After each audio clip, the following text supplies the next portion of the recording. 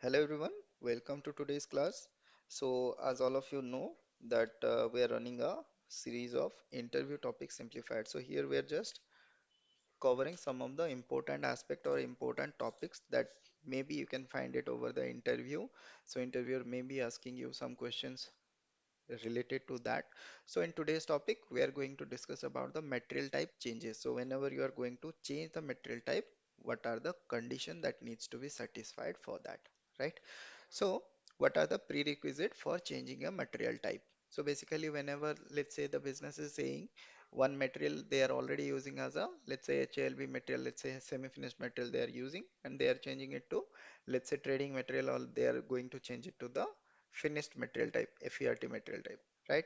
So they want to change it. So if these kind of requirement is coming, so first what you need to check or how you can proceed, right? So I think the T code to change the material type is MMAM. You can just go check and confirm, right? So we need to see what are the prerequisites are for there. So first one is there should be no open stock for that material. Okay, there should be no open stock, like no stock will be there. Any unrestricted quality or any kind of stock should not be there for that material, right? So next one, you can check there should be no open documents. Let's say there should be no open PO, no open GR, no open IR should be there, no open document should be there, right? So once you are having, let's say in a requirement in a business scenario, you are having a requirement to change a material type. Now there is some open stock and now there is some open documents are also there. So what you can do, so first if there is any kind of stock, you need to do the goods issue first. Okay, you need to remove the stock, you need to remove the material from the plant, or you need to remove the material from the client company code. Everywhere you need to remove it, right? So now what you can do, now, if there is any kind of open POs are there, so you can just select the delivery completion indicator and you can select the final invoice indicator and you can close that PO. So this is how you can close the PO, right? So next, if there is any GR documents are there, you need to post the GR. So once you posting the GR, then it will be showing some stock in your let's say storage location, or in your plant it will be showing some stocks. Then you have to move that stock or you have to issue that stocks, right? So these are the things you need to first perform, and after performing that you can try to change the material type, right? So there is one more thing you need to be sure of. Let's say whenever you are going to change it, there you can find there will be different, let's say different views are maintained. Okay, so you can see the views are compatible for the material type which you are changing. Let's say you are changing from HALB to FERT, it is almost same, so you will be not finding very much difficulty. Let's say if there is a requirement that your customer is saying they need to change a material, let's say from raw material or let's say from the semi-finished material, they want to change it to the service kind of material, let's say DIEN category, they want to change it, right? So in that case there will be multiple views will be there for let's say trading material or any other material.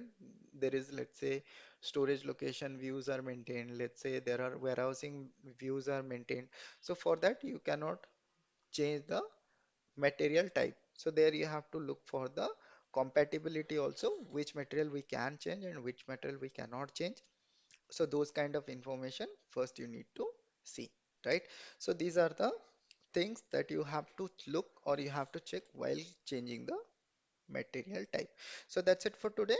If you have any doubt, then you can ask in the comment section or you can ask in the WhatsApp group also. This document I'll be sharing it um, over the LinkedIn. So there you can find it. You can follow me for more of the documents. I will be sharing the documents over most of the document. I will be sharing over the LinkedIn. There you can find the different kinds of documents over there, right? So that's it for today. Let's meet up again on tomorrow with some more topics. Till then, bye bye and take care.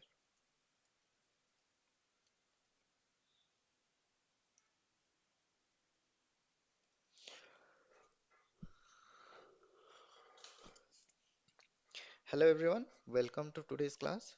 So in today's class, we are going to see what is the functionality of vendor account group and what is the controls of vendor account group, right?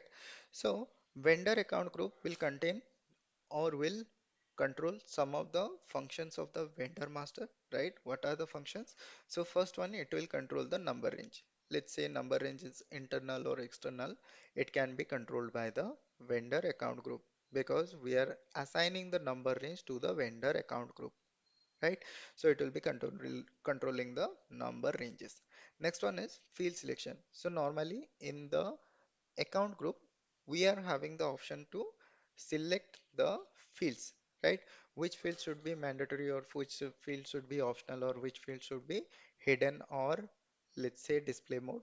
We can select from the field selection of the account group. So it is controlled by the account group, right? So last one is partner function. So partner function is always also defined or also controlled by the vendor account group because we are maintaining the, let's say, schema group is assigned to the vendor account group. So there it is controlling the partner function, right? So this is all about the vendor account group control function. So that's it for today. If you have any doubt, then you can ask in the comment section or you can ask in the WhatsApp group also. There I will try to answer, or there are many peoples are there in the WhatsApp group who are already working or they are practicing. So they will be also helping you over your doubts, right? So that's it for today. Let's meet up again on tomorrow with some more topics. Till then, bye bye and take care.